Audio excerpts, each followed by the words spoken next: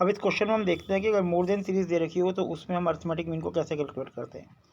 तो देखो बेटा, एवरेज मार्क्स निकालने हैं हमें। मार्क्स दे रखे more than 0, 10, 20, 30, 40, 50। Number of student दे रखे 50, 45, 38, 26, 10 और 5। तो अब से कन्वर्ट करेंगे। मोर देन 0 कितने 50 और मोर देन 10 कितने 45। तो 0 to 10 निकाला हमने, 10 to 20 किया, 20 to 30, 30 to 40 ऐसे करा। अब पहले 0 10 में देखो मोर देन 0 50 है और मोर देन 10 कितना है 45। तो ऊपर से नीचे माइनस करेंगे। 50 माइनस 45 5 आ गया, 45 माइनस 38 7 आ गया, 38 माइनस 26 12 आ गया, 26 माइनस 10 6 आ गया, 6 माइनस 4 10 माइनस 4 6 आ गया, और 4 के नीचे 0 होगा बेटा, कुछ नहीं। तो मोर देन 50 कितने 4। तो इसका मतलब 50 से 16 4 आ जाएंगे। अब मिड वैल्यू हमने इससे निकाल ली, फिर डी निकाला m माइनस ए करके, ए मान लिया 25 को। ये चीज़ हम ऑलरेडी पढ़ चुके हैं, केवल आपको जीरो क्यूमुलेटिव फ्रीक्वेंसी सीरीज़ को कन्वर्ट करना सिखाना था, मेन पॉइंट हमारा ये था।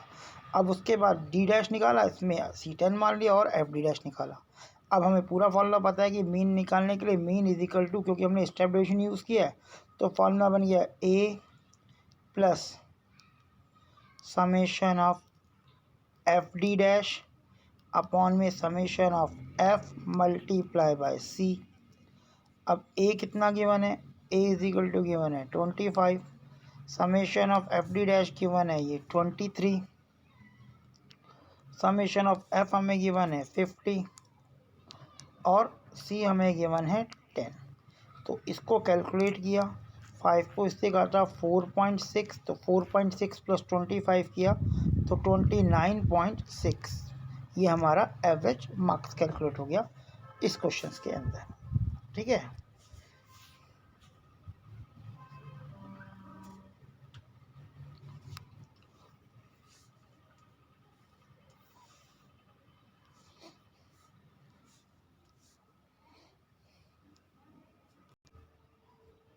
अब इस क्वेश्चन में देखते हैं हमें क्या गिवन है, मिड वैल्यू गिवन है, फ्रीक्वेंसी गिवन है और हमें मीन निकालना है। तो बेटा मिड वैल्यू हमें अगर गिवन है ऑलरेडी तो बिल्कुल सिंपल हो गया, हमें मिड वैल्यू निकालनी होती है, वो ऑलरेडी इस क्वेश्चन में गिवन है और एफ गिवन है।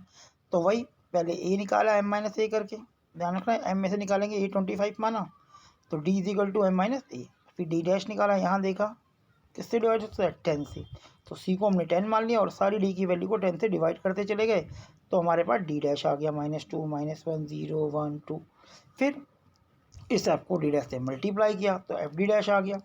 तो कितना आ गया 4 मल्टीप्लाई -2 -8, 8 मल्टीप्लाई -1 -8, तो माइनस के 16 हो गए और ये प्लस के 10 हो गए, तो माइनस के 6 निकल आया। तो मीन का फॉर्मूला हमारा लगा A plus summation of f d dash upon में f multiply c. A 25, f d dash -6 था, एफ समेशन ऑफ एफ 30 था और 10 था। इसे कैलकुलेट किया, इससे काटा तो 2 आया, 25 - 2 23 हमारा इस क्वेश्चन में मीन निकला है। तो जब मिड वैल्यू गिवन है तो हमारा क्वेश्चन और भी शॉर्ट और इजी हो जाता है। अब बात करते हैं इंक्लूसिव सीरीज़ की। इंक्लूसिव सीरीज़ में 50 to 59, 40 to 49 इस तरह आपको गिवन है। आप चाहो तो इसको रेंज वैसे भी कर सकते हो, उसको पहले लिख दो, उसको उसके बाद कर, लेकिन आप इस तरह भी कर सकते हो। तो ये x हो गया, ये f हो गया, इसकी मिड वैल्यू निकाली, दोनों को जोड़ा, 2 से डिवाइड किया तो कितना है 54.5, 40 प्लस 49 को जोड़ के 2 से डिवाइड किया 44.5, 34.5, 24.5, इस तरह में m आ गया। अब d निकालेंगे m माइनस ए, तो a हमने m में से ही मानना है तो 24.5 को मान लिया। तो बेटा अगर हम सी डायरेक्ट मल्टीप्लाई करते तो हमें प्रॉब्लम आती है फॉर m को, तो हम इसमें डिस्क्रीट सीरीज़ यूज़ करते हैं।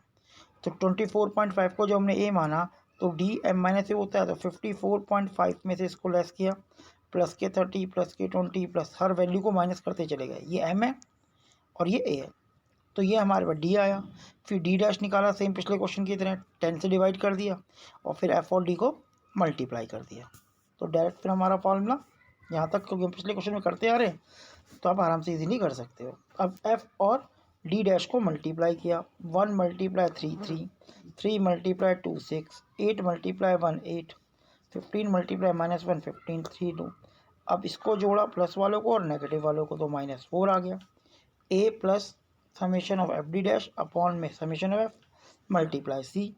ए की वैल्यू 24.5, समेशन एफ डी -4, 40 10 इसको कैलकुलेट कर लिया तो ये 0 से 0 कैंसिल, 4 से काटा -1 तो 24.5 में से -1 को किया तो 23.5 हमारा आंसर आ गया। तो कहने का मतलब ये है कि अगर ये इंक्लूसिव सीरीज़ है तो उसे कन्वर्ट करने की ज़रूरत नहीं होती एक्सक्लूसिव में, सीधा आप कैलकुलेट कर सकते हो।